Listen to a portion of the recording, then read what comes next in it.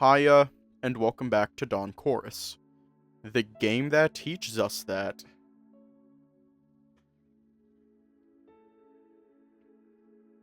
everyone but Torolf has an invite to the friend group. Anyways, let's just hop right in. Oh, there's my cursor.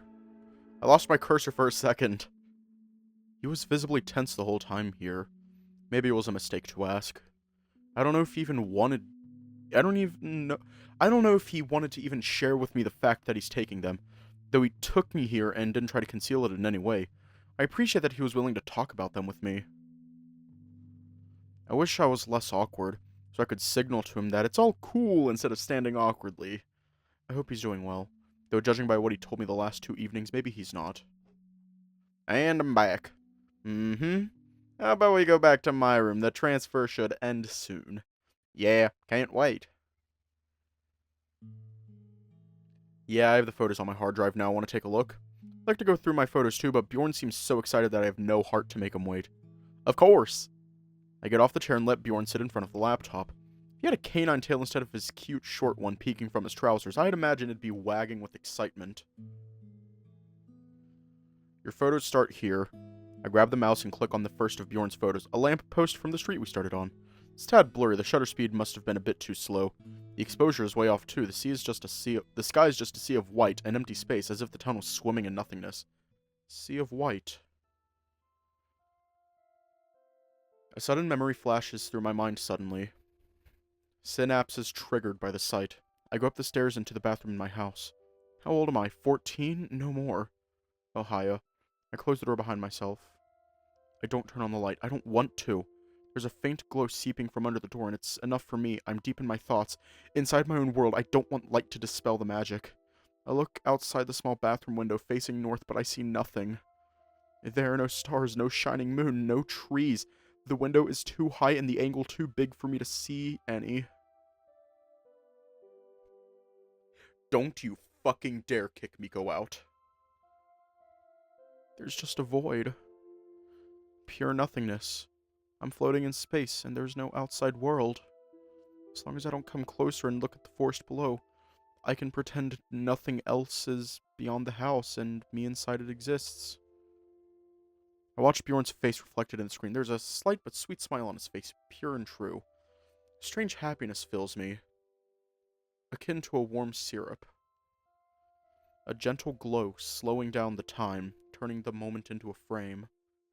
As long as I don't look away out the window, I can pretend there's no outside world. Just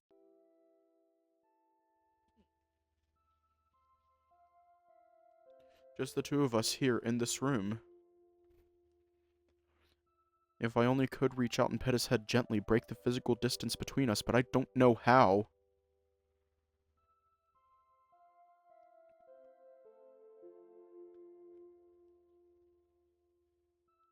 Okay then. I feel like it's the moment exactly right now, but my paw stays down, at my side, and the moment passes. Bjorn scrolls through the photos, and one of them is of me. I'm smiling with my paw half raised, captured mid-movement. Gudrun is standing a bit further to the side, looking away, both her paws on inner pockets. He scrolls to the next one faster, as if ashamed of taking it. Photos aren't anything special. From a technical standpoint, they're plain bad, but I can't help but feel that they have a sort of naive charm to them. They might be mostly overexposed, but it looks good on many of them. I can't tell if it was a conscious decision on Bjorn's part, but it fits the mood. There is something poetic about some of them. They feel like photos that only Bjorn could take. And I feel a pang of envy. I've been taking photos for the past 3 years, and I still don't know what I want to do. Meanwhile, Bjorn grabs a camera for the first time and has a style already. Are you happy with the photos? Yeah, it was super cool to take them, and it's nice to see them now. It's a much different form of expression than ratting. Feels unfamiliar, but exciting. These aren't very good, are they? They don't have to be. What's important is that you like them, but honestly, I like them a lot too. Your enthusiasm and curiosity really comes through in them. That one long exposure with the corner of the street, it looks great. It's a bit blurry. Image stabilization isn't that great on my camera, but it's a very solid idea. To be honest, I'd love to take photos this unique myself. I don't think there's much going on in mine. Oh, that can't be true. Talking about it with Gudrun opened my eyes. Maybe I should sit down and think of what I truly want to do. what interests me instead of going to Glimmer and seeing what others do and trying to replicate that somehow. What's the good in trying to take crowd-pleasing photos if I look at them and they don't feel like they're even mine?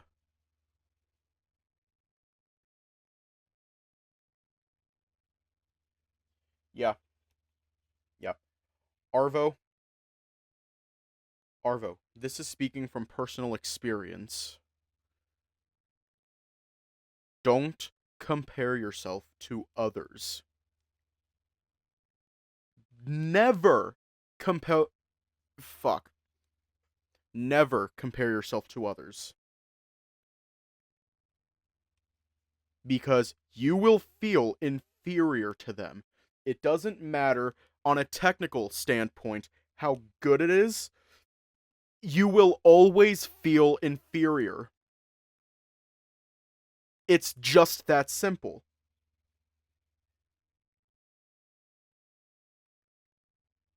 The fuck are 7 TV emotes?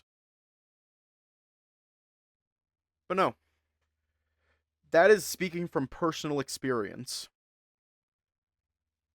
Ever since I started content creation, back in 2014, yeah, I've been around since I was 11. The channel is long dead, but I would compare myself to other content creators and think, what could I be doing better?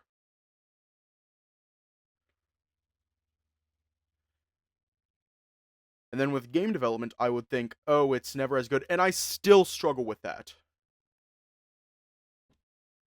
I still struggle with comparing myself, my work, to the work of others. And quite frankly, because again, this is speaking from personal experience, don't compare yourself to others.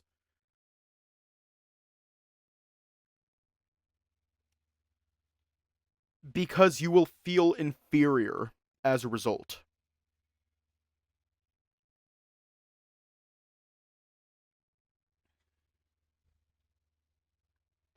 The only thing you the only thing you gain from comparing yourself to others, the only thing you gain from it is pain.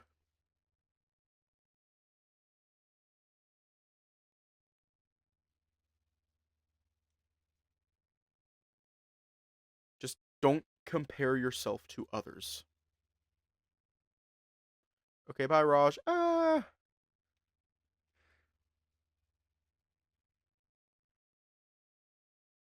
Because, quite frankly, I feel like a lot of people are, like, in this, I feel like this especially applies to creative fields. I feel like a lot of people are not interested in someone trying to be this specific style. I feel like people are more interested in seeing what you create.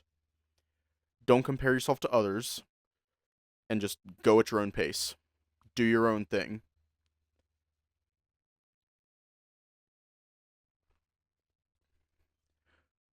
What's the good in trying to take crowd-pleasing photos if I look at them and they don't feel like they're even mine? But I don't want to make this about myself. I'm happy that Bjorn enjoyed the whole experience, and he seems really happy about it too. If there's no need to drag my own efforts in photography into this. I pat Bjorn's head gently, finally closing the space between us. You did a great job. Thanks. He chuckles, leaning into my pats. Can you send them to me somehow? Sure, I'll upload them to the cloud and give you a link. I can do that now, actually. I only need my laptop. Ah, sure. I sit down, open my cloud, and make a new folder for the photos, and start the upload. It's not going very fast, though. The internet here is kind of shitty. I'll give you a link in, like, an hour or so once they transfer. Sky's pretty clear today. No wonder there's a bad connection to the cloud. I left a notebook in my room. I'll go for it and be back soon. And he storms out of the room, not even closing the door behind himself. What could be so important that he'd have to run for it like that? Anyway, there's still a lot of time until supper, and I have my own photos to go through, and maybe develop if I have the energy and patience. I could start with it, at least. But before I open up the program, Bjorn is back. Oh, that was fast. I got an idea I don't want to escape before I note it down. A notebook app would be more convenient for that, but I don't want to point it out. He surely knows it as well. Can I sit on the bed? Go ahead, I don't mind. Thank you. I open the program now and start importing the photos. All the ones I transferred. Generating miniatures. Right, I forgot how slow this laptop is. This will take a moment too. And, Arvo, can I take off my trousers? They're not the most comfortable to lay on a bed in. Well, I don't mind. Go ahead, I'll handle a bit of indecency. Thanks, appreciated. For a second, I thought he was taking all of it off, but he only took off his pants. He's still wearing underwear. We're safe. What are you writing? I got inspired after meeting with Snoutguard. I have a lot of ideas. I could start sketching something out even now. But thinking about ratting always goes better than actual ratting. I have to start and then I'll see. Wait, I got a notification. Bjorn takes his phone out of his pocket, glancing at the screen. Something important? I have notifications only for emails and calls, so usually. It's from my professor. With results of last week's test. What subject? Neuropathology and animal models of neurodegenerative diseases. A subject I'm repeating. Ow. How'd it go? I'm about to say, but I don't keep my hopes high. The whole subject is a nightmare. You should see the amount of material we've had for it. I had to read 3 whole books during the semester, and that's on top of the lectures we've had. I give so much for a passing grade I really needed. I'd even blow the professor if he wasn't married. Since when did this ever stop anyone? The implications are horrifying. His husband works at the university library. I could never go there again. Or you could ask the husband to join you. Wait, what?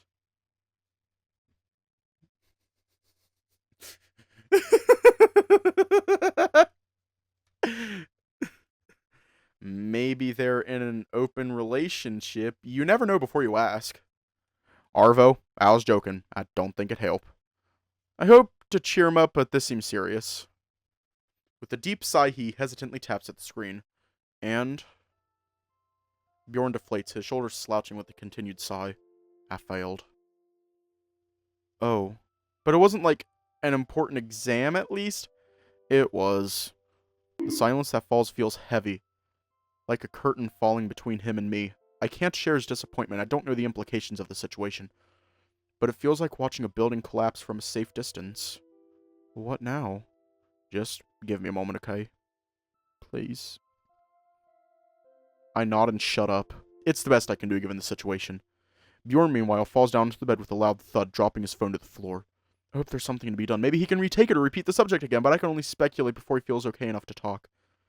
Does he really need this even? What if he failed the exam if he doesn't even like the studies, and has no plans for after them whatsoever? How happy he looked just this afternoon when he came back from meeting with that author, and how excited he was to grab his notebook and start writing. It hurts to see him like this, and it hurts to see him get all sad when he was talking about his studies 2 days ago. Maybe it's not so bad, I only have to convince him of it once I have the chance. Arvo, can you turn off the light? Sure. I get up and walk up to the light switch, wondering what the bear's up to. It's dark, almost oppressively. Darkness floods the room like air-filling vacuum. And when the dark water rushes from the ceiling, it submerges you in seconds. Arvo, I'm a fucking failure. It's cold, almost numbing. So cold you can never get used to it. I had 2 years to learn this, and I can't even pass one exam. And it's not even one of the finals. Maybe you do better with the finals? I'm not allowed to take the finals if I don't pass this one!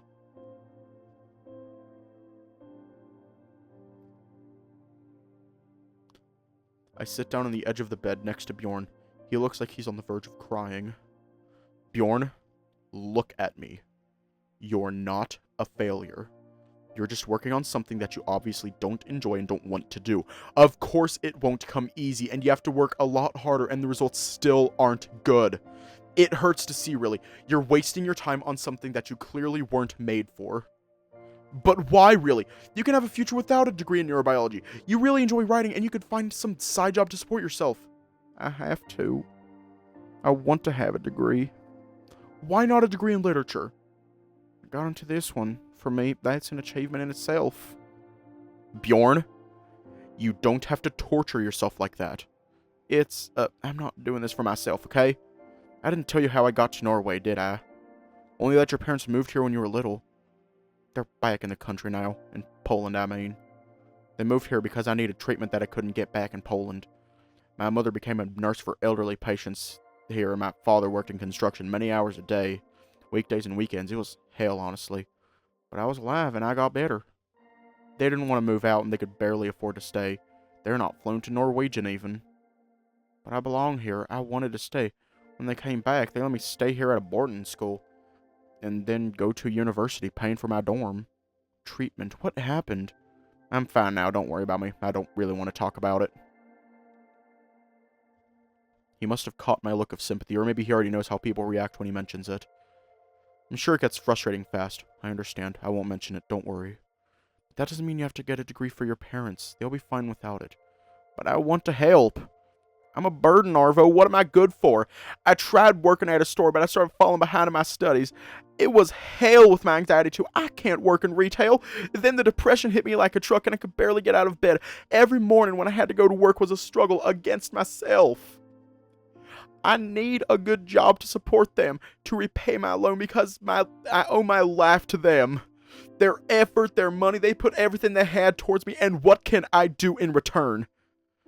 They wanted me to be someone. They sent me to a university so that I could have a future here, something they never had. How do I tell them that I failed, that the last 5 years they were supporting me just went straight to the trash? How am I to turn away from one course that I got accepted into and chase some fleeting dream that couldn't make me nor them any money? I don't know what to do, honestly. This is a dead end for me. Bjorn, that's a lot. I'm sorry. In the exam, how bad did it go? 23%.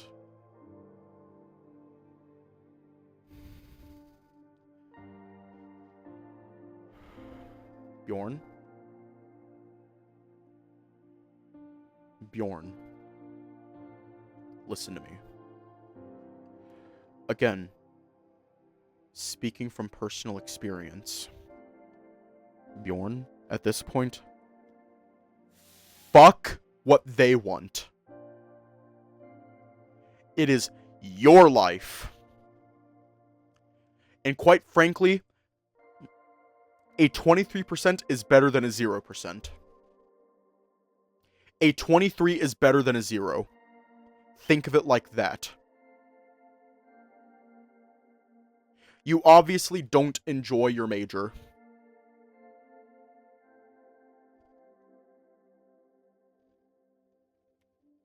And quite frankly, with literature, even if you don't get a job as a writer, there are still plenty of jobs available for those who have a degree in literature. So, here's the thing. You're obviously not happy in your current major. So, what do? Obviously, you could suffer through it. It's time to drink water. However, you will not be happy. You will be fucking miserable the entire fucking time that you're forcing yourself through that major. You will be miserable the entire time. You will be miserable. You will not enjoy life, and you will approach burnout even faster. And quite frankly, burnout can kill you. And it's obvious that you do not enjoy it. It is obvious that you're struggling. It is obvious that you are miserable.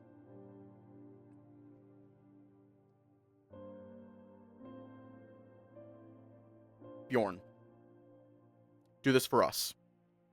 Kindly shut the fuck up and switch your major to literature.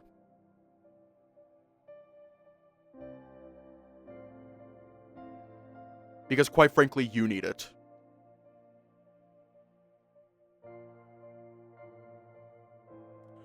Fuck what anyone else says.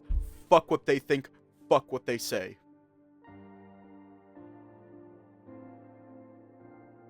You are your own person.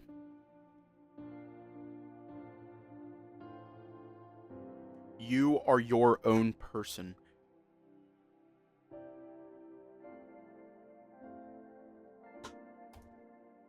Oh, it's bad. Really bad. Frankly, I wonder how he even got to the third year. He curls up on the bed, draping his arm over his head. I don't think he'd appreciate any more questions now. When framed that way, the situation feels really tragic and helpless, but while I'm sure everything he said is true, maybe it's a matter of taking a step sideways and reframing that, and then the solution would present itself. I still think he should drop out. He was wasting his time and talents in university, that's obvious. But moving out, if he wants to stay here, has to be something else he could do. I'm tired. Arvo. So learning to just let go and succumb to it. Fall down to the bottom and stay there and never get up again. But if you try and let the unquiet water close above you, you soon find out there's no peace in it. That, can I have a hug? Sure. I prop myself up on my arms, ready to get up, but instead of getting to, Bjorn rolls over and on top of me, his burly arms wrapping around me tightly. He's heavy. The whole bulk of his burly body bearing down on me. It's almost too much, and I have no room to protest. All the air leaving my lungs instantly. I hug him back, wrapping arms around his huge torso, trying to provide him the comfort he needs. He rumbles again, but this time I feel his chest vibrating a deep baritone. There. I don't know what to do, rarely getting into situations like this one. I run my paw down along his sides, fingers sinking into the fur below where his t-shirt rolled up, then return to his broad back, trying to make it as soothing as I can. He responds with more rumbles, pressing his head to my shoulder. We'll deal with this together. Don't worry.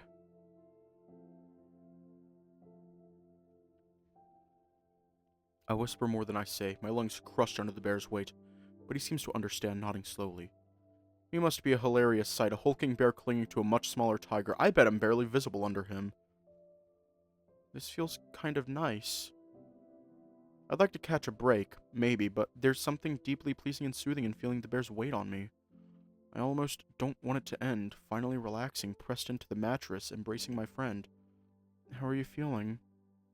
Better. It's not so bad usually, I swear I'm managing, things are okay.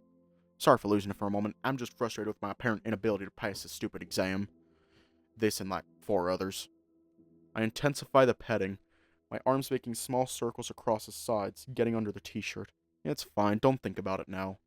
We're at a camp together and everything is alright, you don't have to pass anything. I'll send my parents a message, maybe they'll have some advice. Besides, if I'm failing the year, they should know too. Good idea. Now, can you get off me now? I kind of can't breathe. Oh, sorry. You're heavy, you know. Yeah, I know. I ruffle his head gently and finally, he smiles. Ah, Devin!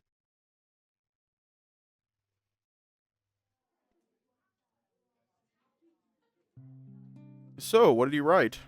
He's the most well-known for an autobiographical series he wrote the last decade. I personally love it. It's a part of the wave of works that move away from the postmodernist ironical stance into sincerity and vulnerability. But I loved his later works too. The Evening Star is a fantastic book. I think the nicest I've read all year. He has a fantastic style and flow. Reading his writing is a pleasure. I wish I had a tenth of his talent. I've read several of his books and I still have no idea how he does it. Do you have something I could borrow? Yeah, the one I got yesterday. It's even signed. It's his newest one. I haven't read it yet, but I'm still on Ulvine and it'll take me a while to finish. I can borrow something else then. It's yours. You should be the one to read it first. It's not a problem, really. Oh, wait, it's in Norwegian, isn't it? Ah, you're right, it is. Well, it could be a nice exercise in learning the language. I'm not sure if I'm ready to read a book in it yet, but, well, I guess I could try.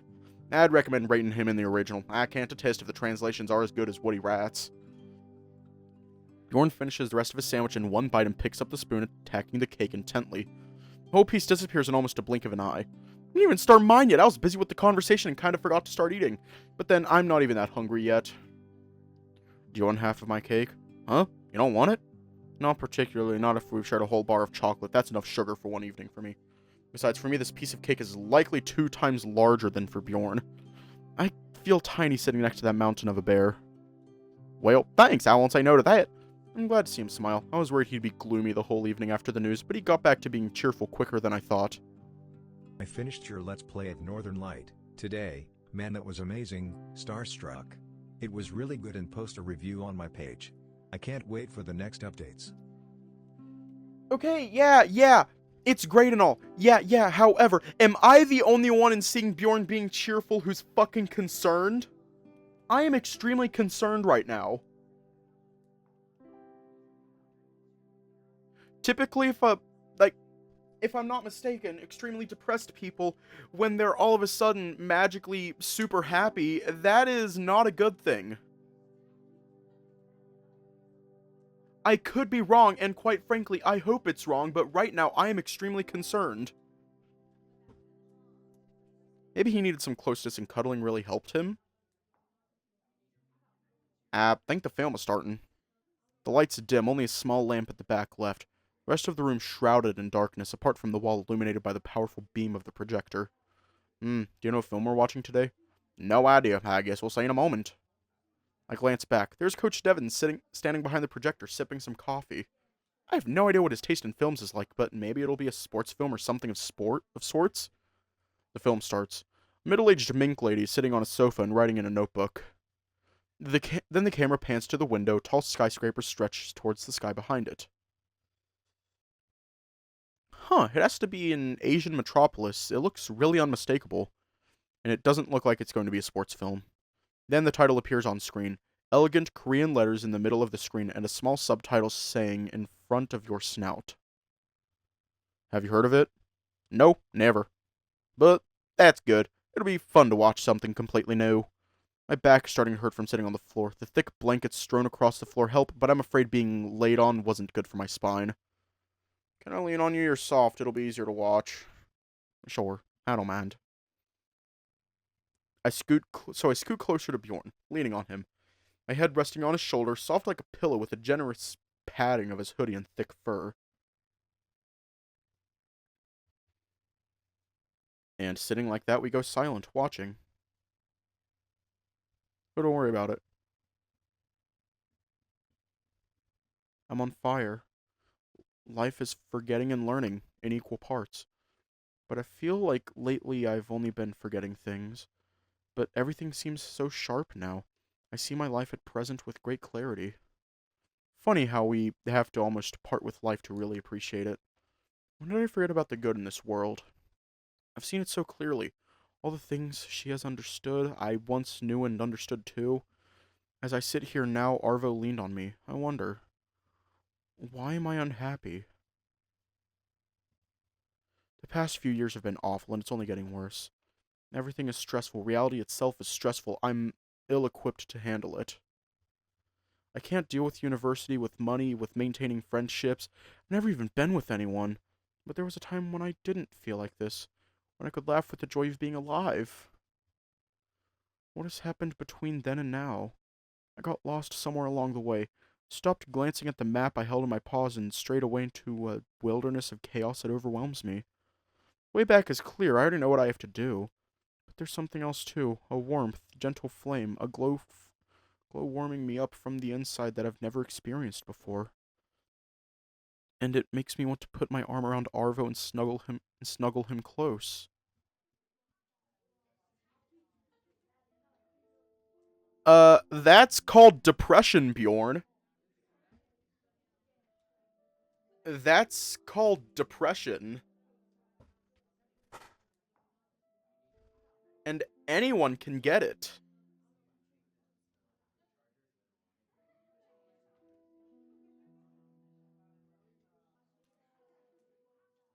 Credits. That was interesting, though so slow. And so unorthodox. I've never seen a film like this one. Around us, students stand up slowly, some heading for the door in groups, some staying and chatting. That was a bit odd. Did you like it? Bjorn? Hey. Everything alright? Happy birthday, doggy. Ah! He's crying. Yeah, Arvo was a beautiful film, and so powerful. That powerful? Whatever Bjorn had seen in it, I don't think I did. Yeah, for me at least. You know, all the things she said in the conversation at the restaurant.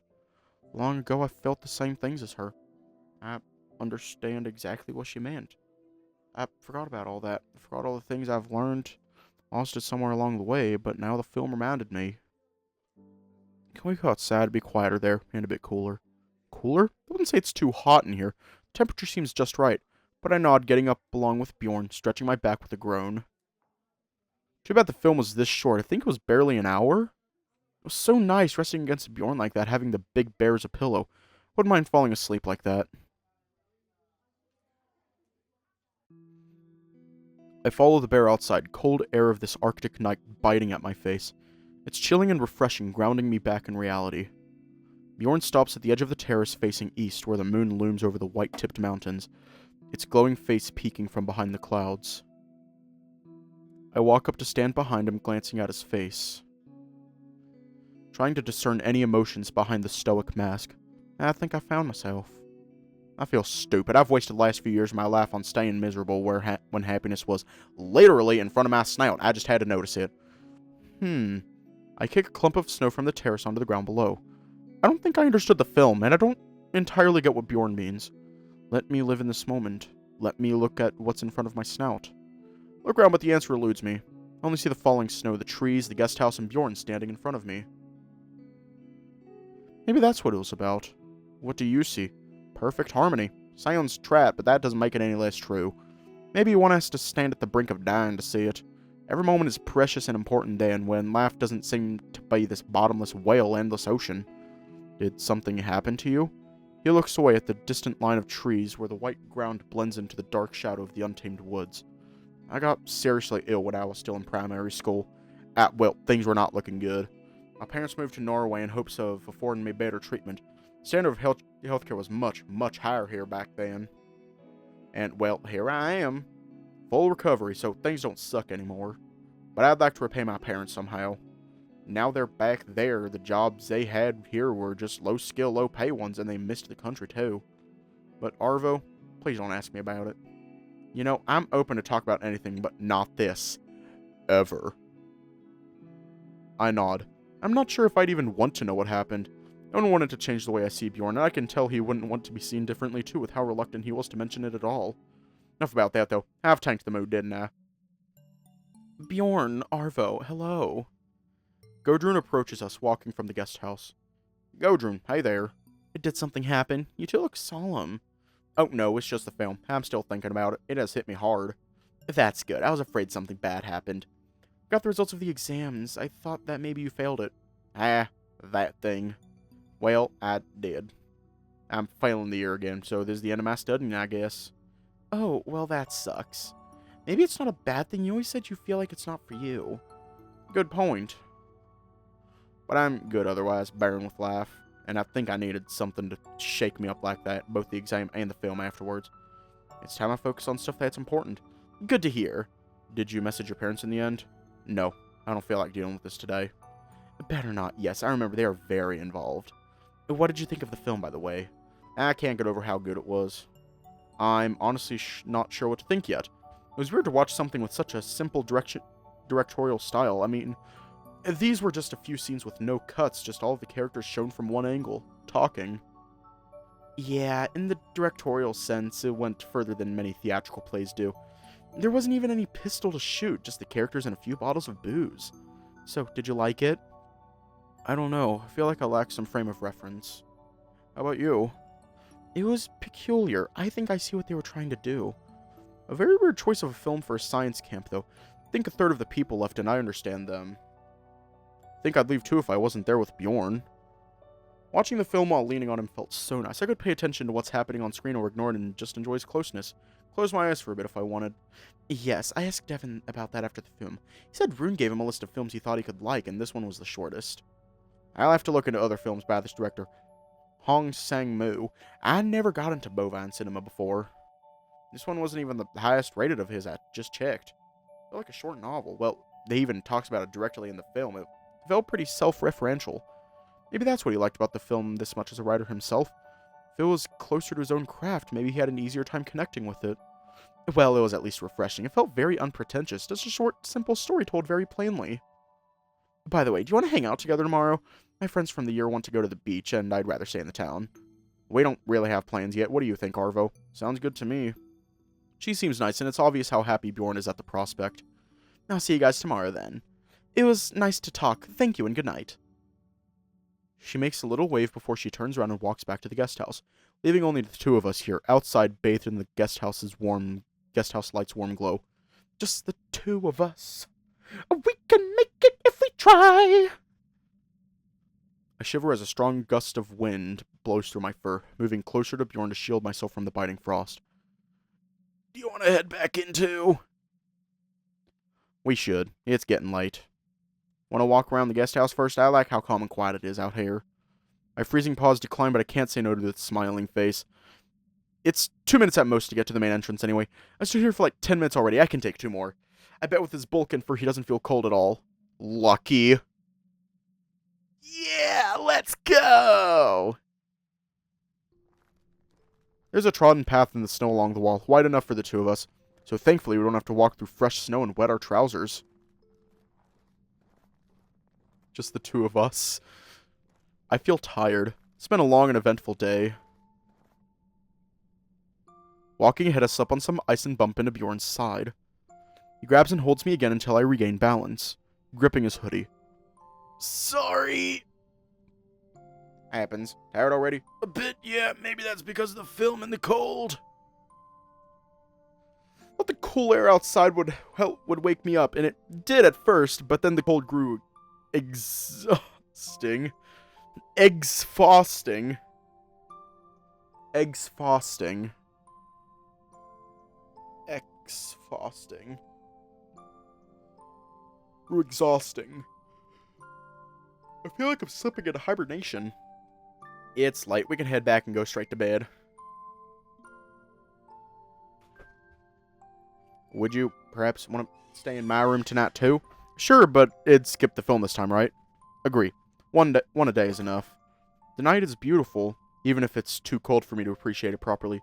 Maybe if you moved more instead of staying on the terrace, I wouldn't freeze that much. But now I'm mostly thinking of Bjorn's room, cozy and smelling of him and getting under a warm blanket. Perhaps with the bear lying next to me, that would be pure bliss. He's like a giant, fluffy, heated radiator. Before we open the terrace door, I turn around and look at the moon once again, cold and distant, and remember a scene from the film, with the main character walking through the park with her sister, just happy to be there. Maybe happiness really is just in front of my snout. Jorgen! Ah! Warmth. I take off the jacket and fold it over the chair's backrest, then flop on the closer of the two beds. That tired? Going to bed without a shower this time? No, I'm getting up. Just give me a second. I groan trying to get up, but I can't find the willpower. I remain where I was. Just don't fall asleep. That's my bed. I fail to see the problem, though lying like this, I guess I am taking most of the space. Glad that Bjorn forgot about the university stuff this fast. I was afraid he'd be sulking for the rest of the evening. I think that's what I'd do in his place. Seems like the film really pulled him out of his slump, so in the end, I'm happy with the choice. At least he had a good time. I thought I'd work on the photos now, but not today. I'm tired. I'll wait until I warm up a bit and go shower in my room. Want some tea or coffee, maybe? Nah, I think it's too late in the day for that. Caffeine messes up with my sleep. But if you sat down next to me, I could steal some of your warmth. If you don't mind. Bjorn sits down next to me, our arms touching, and I scoot even closer, snuggling myself into his side, my head resting on his shoulder again. Now I don't care if someone looks at us. I snuggle myself close, my paw on Bjorn's chest, face pressed into his hoodie. Petty hate criminal. By the way, how do the photos come out? I only finished importing them to the editing program before supper. I haven't had the time to do anything more. We can take a look in a moment after I rest a bit, but I went through your photos in the camera and there were a few nice ones. Nice. How about your photos? I should have a few nice ones too. One from yesterday came out pretty cool with the moon between two mountain peaks. Taking photos in the night will be cool as heck. Too bad we don't have any night trips to the town planned. Oh, street photography in the dark is way harder. My camera doesn't have the biggest sensor, so you need steady paws and a lot of luck for that. That sucks. Everything always fails different at night. Right at night goes different too. In a way, I'm glad for the short days here because it feels like most of the day is actually night. I'm always hyper with any writing I do at night. There's always an otherworldly quality to it that's different from the stuff I write during the day. I think you know what I mean. At night, everything is fluid.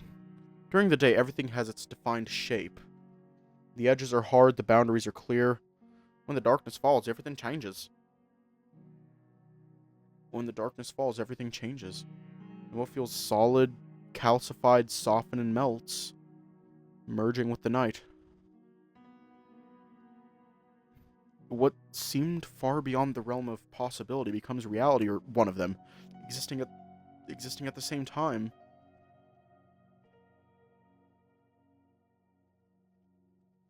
The night works according to its own logic. Do you remember how you got here? When I look back, the steps get muddier the further I try to say, vanishing into the murk. So I look at old photos and my old rat, and just to get these snippets of the past to see who I was, ground myself in some reality. And often I found that I was a much different person than I remember. I have a recurring dream. It's night, dark and thick, and the air smells of smoke and pines. I can barely make out my surroundings. A lightning cuts across the sky, and in its cold glow I can see that I'm standing on the top of a hill surrounded by a forest. The lightning cuts into the forest and then hits another spot, and another, and the trees catch fire one by one, flames licking at the sky. And then it hits me. But it doesn't hurt. All I feel is energy. My feet lift up from the ground and I float up slowly, suspended midair, pure energy flowing through me. I daydream about it often too, that electrifying feeling, flowing down my nerves to every cell in my body. And levitating, finally free from the law of gravity, I defy nature. The lights are out. I'm on the bed, lying down next to Bjorn. He takes up most of the space, so I have to press against his side, feeling his body heat radiating like from a furnace. I feel like I've known him for so long already, as if I found an old friend. He extends his paw to the ceiling, and I do the same. They point up like antennas to the heaven. Mine's slim and striped, his fuzzy and thick like a tree trunk. His notebook is on the bed between our heads, open. I look at him, waiting for his consent. He nods. Grab his notebook and start reading. Oh, hell, fuck.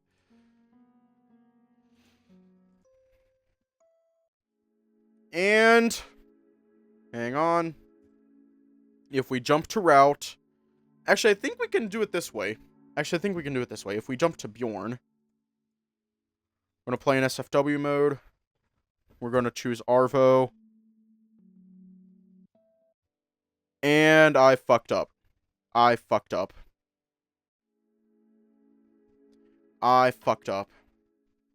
Play in SFW mode. Arvo. Hold down control. I know, that's everything for Bjorn, though. We gotta start Klaus. I think we go see Miko. Gonna go sit with Miko.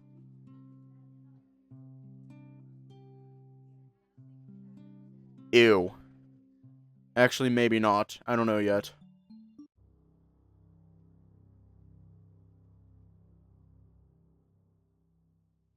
We're gonna go look for the key. Bow. I love him so much. Ew, fuck off.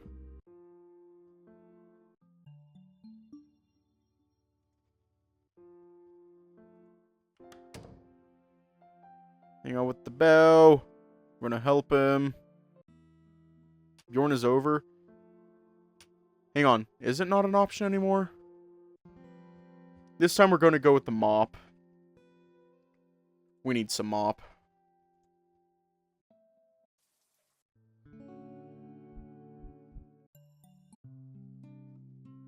And now we're safe. In case you couldn't tell, I'm just over it at this point. I'm tired. Except not at all.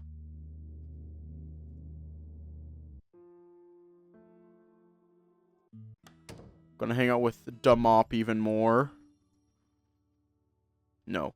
One we already did. Autumn time. Pull up the sensor. Check the sauna and swimming pool. Bow. He's quite handsome. Fuck off, Torolf.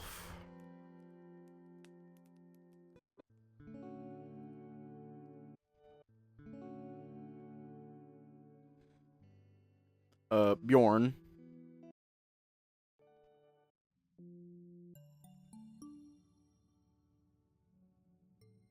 We're gonna follow him. Stand up to follow him, but he has already disappeared between the trees. How the hell is he so fast? Did you see that?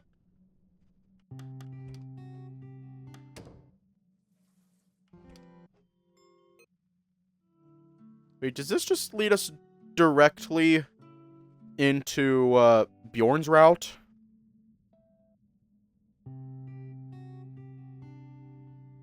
You need the jacket from Devon or Rune. Oh my god. Y'all are gonna help me. I need help.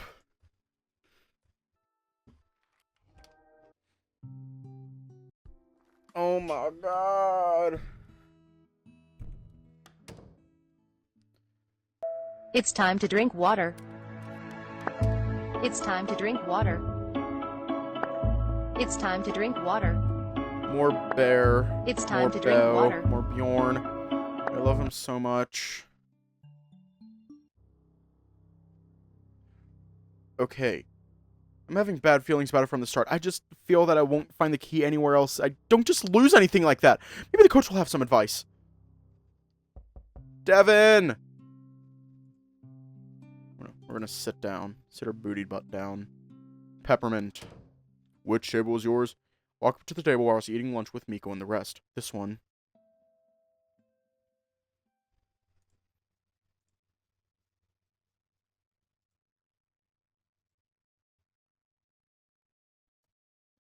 I've seen you talking with Rune during lunch. Are you his coach too? Oh, no, he has classes with someone else, but he's on the university team. I help there sometimes. Devin, give us your dang hoodie! He's really into sports, isn't he? He's not only good at that, he's a bright kid, though I'm afraid he's overworking himself and not seeing results as good as he would have. He has a lot of trouble balancing his career and studies. I'm actually trying to convince him to tone it down a little before he burns himself out. Oh, that's fairly different from the image of Rune I've had in my head. I've only known him as a promising basketball player.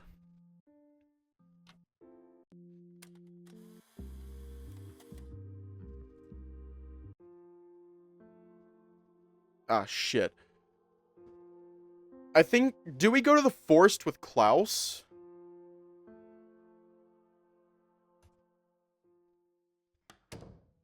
Klaus. What is he doing here? We're gonna call out! Hey, Klaus! What are you doing here? Hey, Arvo. Long time no see. I like being surrounded by trees, where there's no one else but me. You know what? I want to make him sound kind of creepy, but also funny. It was nice meeting you. Bye. And just like that, he turns around and continues walking down the path. Okay, that was weird. We're going to try finding him.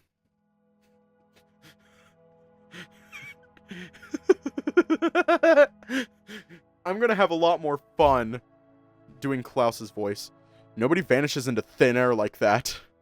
It's none of my business what he is doing, but I can't help but feel curious about what he's up to. Trying to be as quiet as I can, I continue down the path in the direction where he disappeared. It's easy to follow him. His paw prints are clearly visible in the fresh snow. They went along the path for a while until they suddenly changed direction. The prints turn left and lead off the trail into the thicker forest, disappearing between the pines?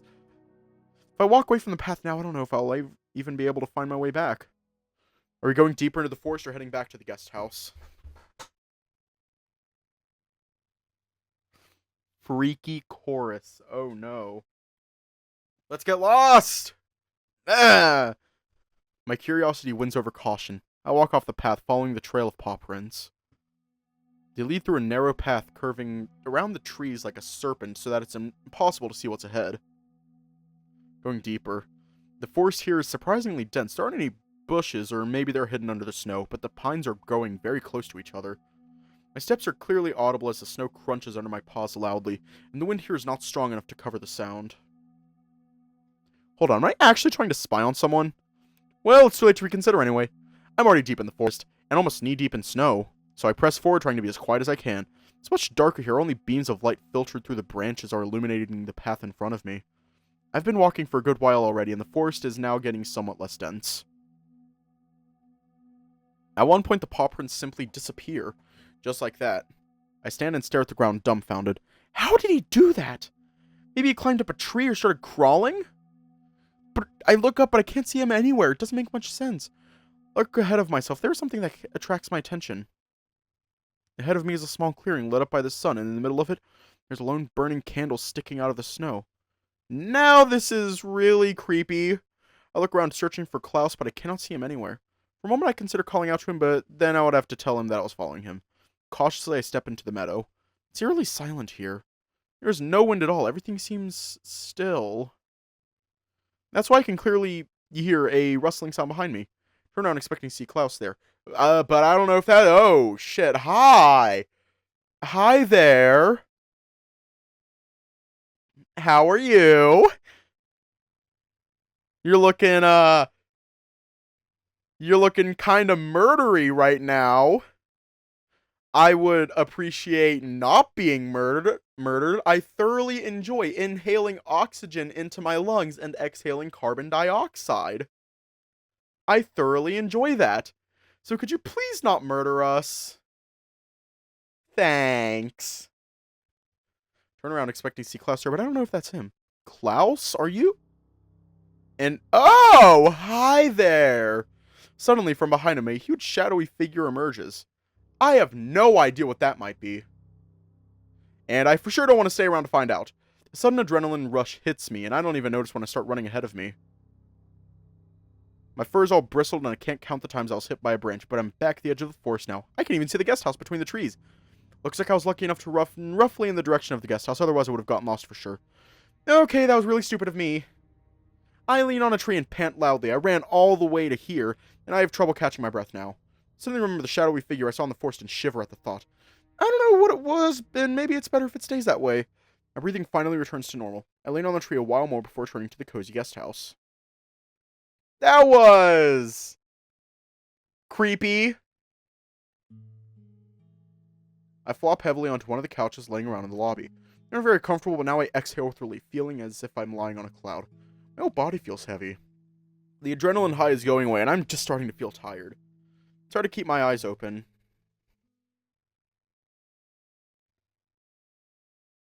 But before my eyes, I still see the hooded figure, and that towering silhouette behind him. Thankfully, now that I'm back inside the guest house, it doesn't seem that terrifying anymore. It was just Klaus playing a prank on me, but what else could that be? Until I open my eyes and see the same hooded head behind the window. Shoot up from the couch, frightened. I take out my phone from my pocket and make a photo of it. Only when I look up, it's not there. Was I just imagining things? I think I almost fell asleep, so that's entirely possible.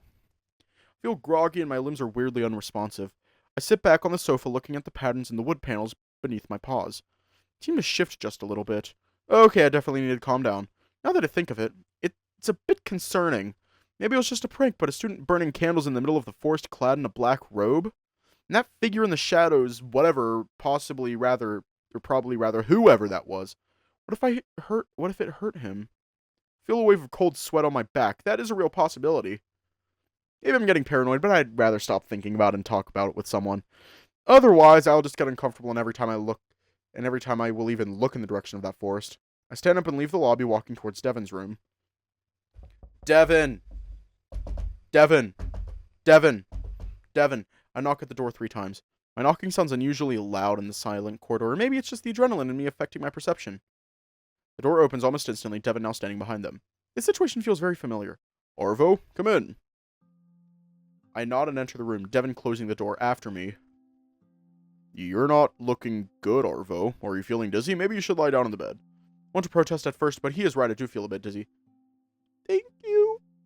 I sit down on the edge of the bed for now, feeling a soft mattress bent down underneath me. Devon in turn sits down on a chair, observing me carefully. Is this about the key? No, something entirely different. So it might be a bit hard to explain, mostly because I'm not entirely sure what I saw.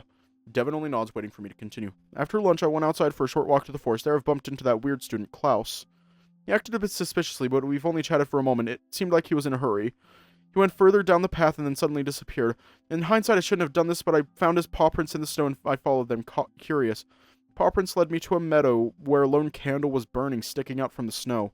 That was weird, but I didn't think much of it until I turned around and saw Klaus again, but standing there in a black robe. It really freaked me out. Then I looked beside him, and there was some tall creature approaching from behind him. Only seen its silhouette, but I don't know what it was, but I've just ran the hell out of there. Thankfully, I was lucky enough to run in the direction of the guest house, and now I'm concerned if everything is okay with Klaus. So far, Devon only listened with an emotionless face. Now he stands up and furrows his brow. Yeah, you're really lucky. You don't want to get lost in this weather for sure. Snow would cover your track quickly. Something concerns me about your story, though. Look, don't think that I don't believe you, but I don't really know what to think of it. There's no such student as Klaus.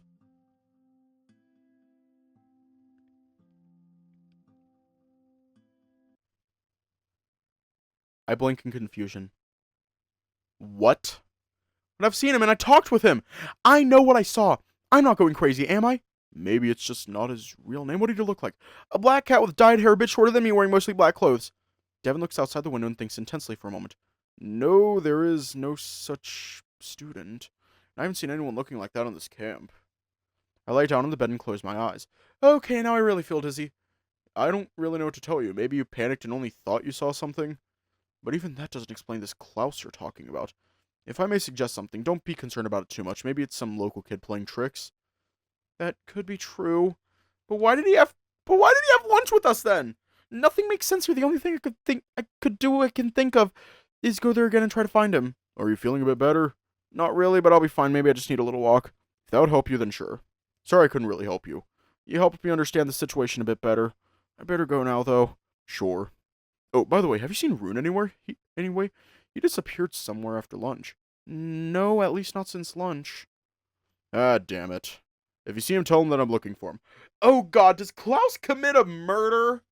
Does Klaus commit a war?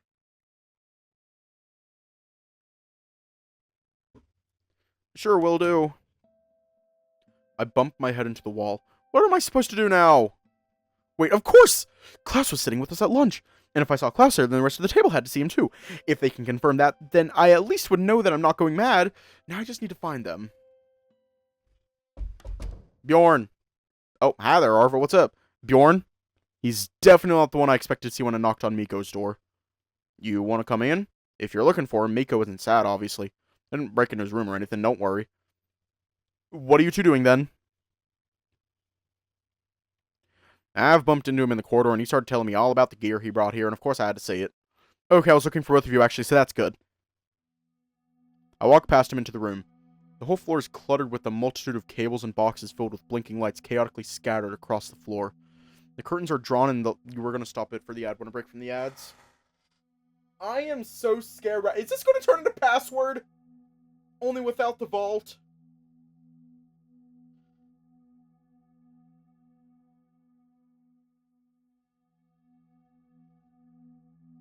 Playing Uno with Satan, probably. Is he winning? Probably! I am so fucking scared right now. The curtains are drawn and the lights are all turned off, giving the room a grimy feel. It's not really what I'd expect from Miko. The room feels rather dark and uninviting. This doesn't really suit him. Arva, what brings you here? Despite his smile, he seems somewhat tense, like he wouldn't be happy to see me. Did I interrupt something here? What you two were doing? Nothing. Miko looks down at the floor. Okay, that's definitely suspicious. He was just playing some music for me. He is too ashamed to say that. Bjorn joins us, sitting nonchalantly on the edge of the bed. Oh my god, I am so scared. Bjorn, give me cuddles. Hang on, I'm going to switch to the other microphone just to give this a suspicious feel. Just to give this a creepy feel. I'm going to switch to the other mic. Give me a minute.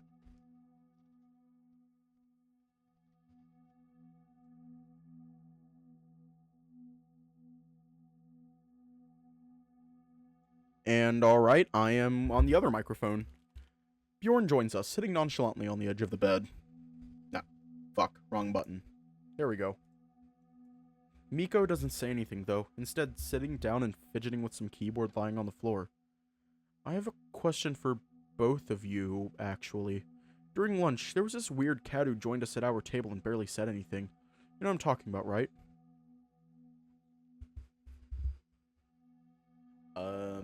Not really.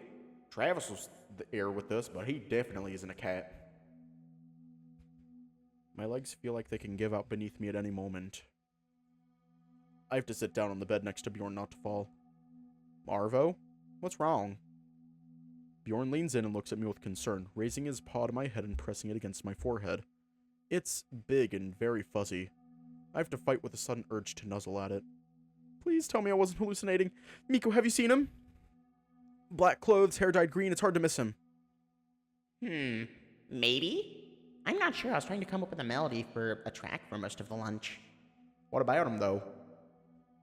I've seen him again in the forest when I was on a walk. He acted really suspiciously, and when I wasn't looking, he disappeared between the trees.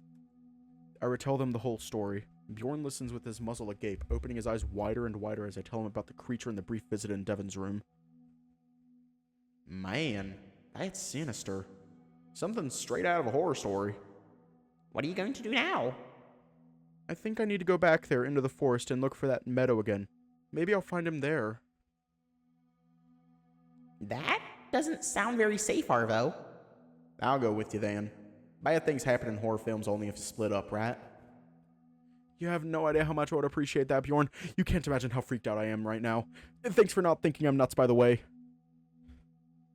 Well, that's what friends are for, right? I'll go fetch my hoodie first. I'll be back in just a moment. No more of this microphone.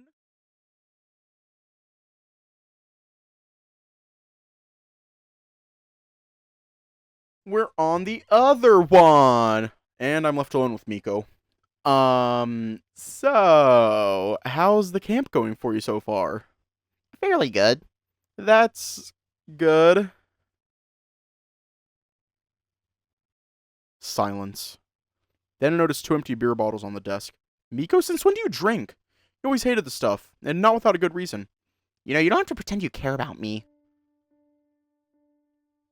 What? His words hit me like a fist. Miko, do I really only pretend to care about him? Is everything fine?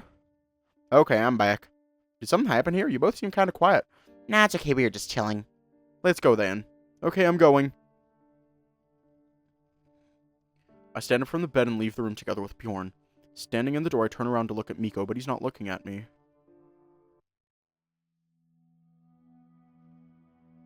The wind is howling. It's snowing again. We need to hurry before the snow covers all the tracks. Okay, lead the way. It's down this path. Lashed by wind and rain, we walk into the forest. Miko's words keep echoing in my head ever since we've left the room. You know, you don't have to pretend you care about me. Okay, I think it was here. I gulp. The forest seems much darker than it did just, what, half an hour ago? I'm not even sure how much time passed. I just hope we're not too late. Arvo? Maybe it's just what you told us getting to me. But I don't feel too comfortable here, you know. Oh, come on, don't chicken out on me now! What? Of course I won't! But there is something terrifying about this place. Like, something was observing me. Well, that's entirely possible. I shiver at the thought looking around. But I see nothing besides the trees. You don't have to pretend you care about me. We just have to be careful, right? There's 2 of us. Everything will be fine. I really hope you're right, Arvo. What in the Doki Doki Literature Club is going on? We leave the path and go into the thick forest. Bjorn brushes against my side from time to time. I don't know if it's because of how narrow the path is here or because he prefers to be as close as possible. Bjorn, I'm scared. Hold my hand. Thankfully, both my and Klaus's paw steps are still clearly visible in the thick layer of snow. This time I don't care about being seen, so we can go much faster. We reach the meadow just after a few minutes of walking in silence. Bjorn suddenly stops in his tracks. Hey, what's up? Look at his face and see it contorted with horror. Yeah.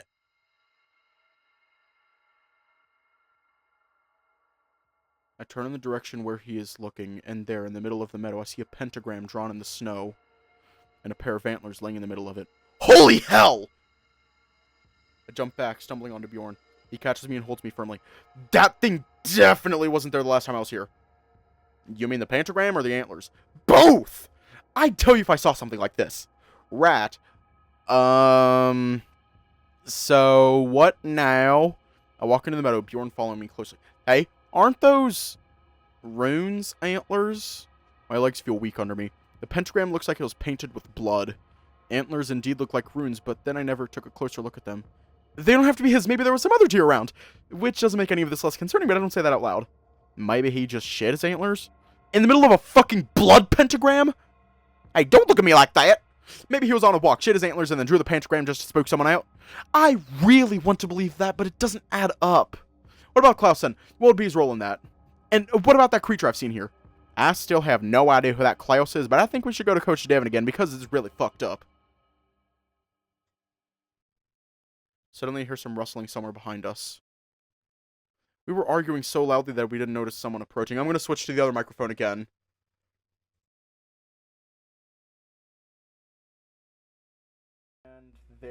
go. Let me just grab it. There we go. Ah. I keep forgetting. Haha, we're gonna die. I turn around hoping to finally get some answers. And, oh shit, hang on. Nope, that is... Hang on, let me verify that that wasn't a penis. That was not a penis.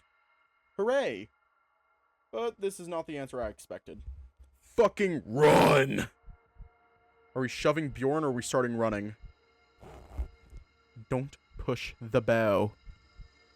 You will die. Don't shove him, we're gonna start running. I turn around and start running as fast as I can. Which proves to be a stupid idea because after just a few meters, I stumble over a root and fall to the ground. Shit, Arvo, get up! Bjorn grabs my paw and yanks me forward. Panicked, I kick myself off the ground and continue running. Until something grabs my leg. I fall to the ground, again, held firmly by my ankle. Bjorn, just run! He hesitates for a moment before he dashes forward into the forest. Help! Anyone please help! I manage to turn around and face the creature. It releases my ankle and stands straight, towering above me. I've heard legends of such creatures, something between us and our feral ancestors. But that's what they were, just legends. And yet, here, before me, flesh and blood stands one. It's towering, absolutely huge and beastly. Its broad chest expands with heavy breaths. Its massive arms look like they could tear me into pieces with ease. Its eyes are terrifying. Two white orbs gleaming with bloodlust looking straight into mine. Only now it hits me that this is probably how I die. Time seems to come to a halt. Nothing around us moves. The only thing I hear are my heartbeat and the beast's heavy breaths. Acting instinctively, I try to crawl backwards, away from the creature until I feel a broken branch lying on the ground under my paw. Oh, this is an incredibly stupid idea. I grab the branch blindly and take a swing at the creature, aiming at the head.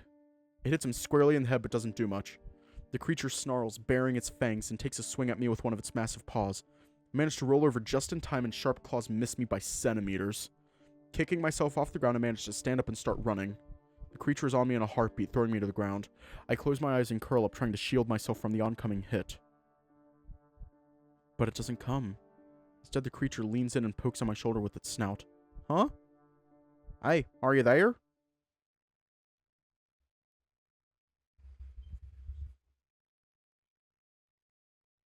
Hold up.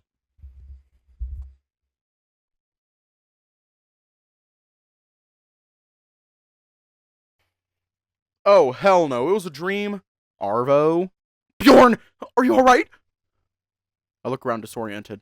I'm in the lobby? Why wouldn't I be? I think I've had a nightmare, a pretty awful one. Thought so. You were tossing and turning pretty hard. No, thought I'd better wake you up. Thanks, Bjorn! I guess I really got spooked by that meeting with Klaus, huh? Wait. What about that creature I've seen in the forest? Bjorn, you remember Klaus, yes? That cat with dyed hair? Why? Well, at least that part of the dream wasn't true. Have you seen him around lately? Yeah, I saw him entering the guest house not long ago. What about him? Just nothing, don't worry. Okay, if you say so. I see that you're still half asleep, so see you around, I guess? Yeah, I need some time to collect my thoughts. Oh, by the way, if you feel like playing snooker later, you can visit me in my room. I'm not really doing anything now, and the game got me interested. I never played it before. Sounds like a nice idea. I never played it either. And thanks again! Sure, no problem. Hang on, I forgot to update the fucking title. I forgot to update the title! I stand up and stretch my limbs. Man, that nightmare was something else. Thankfully, most of it I already can't remember. It's like trying to see something at the bottom of the lake, looking through the surface distorted by ripples. Hopefully when I find Klaus, I'm going to get some answers from him. But now, I sit back on the couch again, looking out the window at the mountainous landscapes. Wish I had a cup of tea now, but the view is enough to calm my nerves.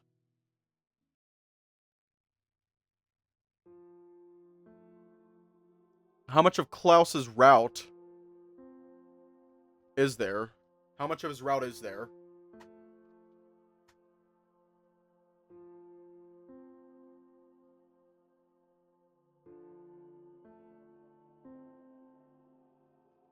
Okay, well, we're gonna leave off here tonight.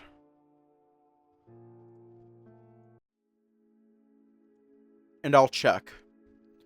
Stay safe, have a good night, and I will see you all tomorrow.